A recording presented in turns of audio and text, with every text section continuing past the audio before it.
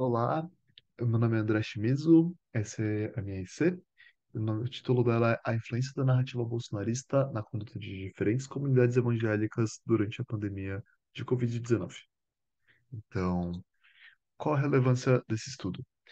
A crescente influência dos evangélicos na sociedade e na política brasileira, especialmente após a eleição de Jair Bolsonaro, que foi eleito em 2018 com o slogan Brasil acima de tudo, Deus acima de todos, o que mostra uma grande relação entre a religião e a política brasileira durante o seu governo. E também os atritos recentes entre igreja, poder público e o meio acadêmico científico, especialmente dentro da pandemia de Covid-19. O objetivo dessa pesquisa é conhecer a forma que diferentes pastores conduziram suas igrejas na pandemia e que os levou a adotar tais posturas. Sobre o referencial teórico, Ronaldo de Almeida é um estudioso que vai estar falando sobre a adesão de grande parte dos cristãos, especialmente os evangélicos, ao bolsonarismo com discurso conservador, liberal e anti-esquerda. Julian Spire, ele descreve a heterogeneidade daquilo que a gente chama hoje de evangélico, mostrando que não são um grupo homogêneo e que também uma grande importância das igrejas pentecostais e neopentecostais como agentes informais da geração de bem-estar social. Tem muitos espaços em que o poder público não atende às demandas da sociedade, são essas igrejas que acolhem e que contribuem para que famílias e cidadãos consigam ter os seus direitos ou uma melhor qualidade de vida através da instituição da igreja. Também, agora falando sobre um pouco da relação entre a ciência, e o cotidiano das pessoas, Casarões e Magalhães descreve uma outscience, então, ideias pseudocientíficas construídas e defendidas por redes de desinformação para o fortalecimento de argumentos de líderes populistas.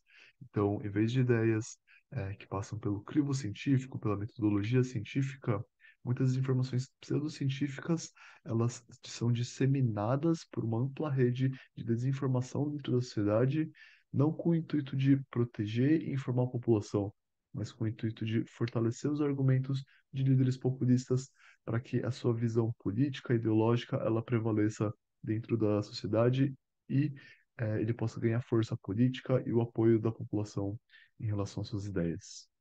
Sobre como essa pesquisa foi feita, foram feitas entrevistas semi-estruturadas com pastores evangélicos, sendo mais específico, 8 pastores de 5 denominações diferentes, e citando temas como o fechamento das igrejas, a abertura parcial, com público reduzido nos cultos, desinformações, fake news e também sobre a vacinação, tentando abranger os diferentes partes da pandemia em partes importantes, desse processo.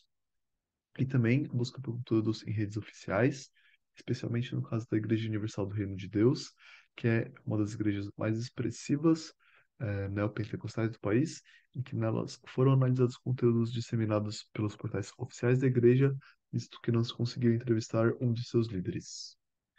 Sobre os resultados, de forma muito sintética e resumida, visto que todos os pastores responderam de formas muito diferentes às respostas, aqui foram categorizadas 2 partes, então não negacionistas e negacionistas, entendendo que isso é uma simplificação das respostas. Então, não negacionistas, o que que eles fizeram de ação concreta? Deixaram uma participação muito decisiva de profissionais de saúde de suas igrejas durante a pandemia. Então, essas pessoas que orientavam suas igrejas sobre se abrir ou fechar o templo, ou como conduzir a comunidade nesse período. Essas também comunidades também fecharam voluntariamente as suas igrejas. Então, independente de medidas judiciais ou de ações do poder público, as pessoas fechavam as suas igrejas, entendendo que isso contribuiria para uma antecipação e um não agravamento da pandemia, e entendiam isso como uma forma de proteger a sua comunidade e as suas cidades do vírus. Também foram feitas pregações condenando fake news e um incentivo direto ou indireto à vacinação. Então, ora falando diretamente no púlpito para suas comunidades se vacinarem, ou então postando nas redes sociais o dia de suas vacinas, dando maior segurança e atestando a eficácia é, das vacinas através do exemplo da liderança. E o que motivou essas lideranças a estarem fazendo essas ações? Os profissionais de saúde da igreja que orientaram eles em todo esse processo foram uma das principais fontes de informação para essas pessoas, e também jornais, rádios, a imprensa, a mídia tradicional, e o entendimento das pessoas que a ciência é uma dádiva divina. Então, um presente de Deus para que eles pudessem estar passando por esse momento difícil com maior segurança e correndo menos riscos. Então, as pessoas interpretavam a pandemia como um fenômeno natural. Então, embora muito difícil e muito triste, ela estava debaixo da vontade de Deus, que permanece soberano apesar dessas dificuldades. Então, esse era o entendimento dessas comunidades em relação à pandemia. Por outro lado, igrejas mais negacionistas tiveram a ação de criticar de forma muito dura políticos e também juízes favoráveis a medidas restritivas, ataques muito diretos à imprensa, à mídia, acusando elas de serem oportunistas, de estarem semeando medo nas pessoas, e um discurso não de fechado sobre como as pessoas de sua comunidade deveriam lidar com a pandemia, mas uma defesa de um discurso de liberdade aos seus membros, falando que eles deveriam tomar decisões a partir do entendimento deles sobre medicamentos e também sobre as vacinas. O que que motivou, quais foram as fontes de formação das pessoas. É interessante perceber que eles também foram orientados por profissionais de saúde, mas alguns desses que estão fora do consenso científico acadêmico.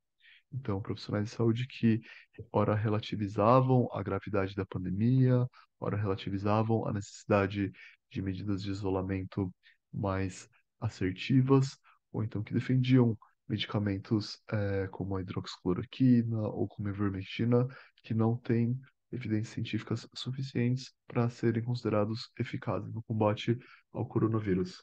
E também esses ataques, essas críticas foram motivados por uma forte concepção da pandemia como um fenômeno, como uma guerra espiritual. É como se o diabo ou outras entidades espirituais estivessem tentando a igreja a enfraquecer a igreja. Isso foi alguma das motivações que eles tomaram para eles tomarem tais ações. Também é interessante o relato de um pastor que citou um movimento em sociedade de desobediência civil, contrário à perseguição e fechamento das igrejas, gerando pressão na igreja desse pastor para abrir em meio à pandemia, embora eles não quisessem. É interessante perceber que essa questão da batalha espiritual, ela chega num ponto em que algumas igrejas decidiram desobedecer às ordens, do poder público, por interpretarem aquilo como uma perseguição à sua liberdade de culto. Algumas conclusões.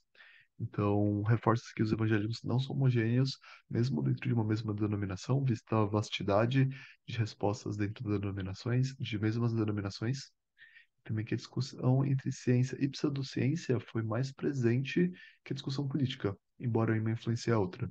Então, mais do que discutir sobre o que o político X ou Y falou, os pastores falaram muito sobre o que as evidências que chegaram para eles diziam, seja através de profissionais de saúde ou através de outros meios de comunicação.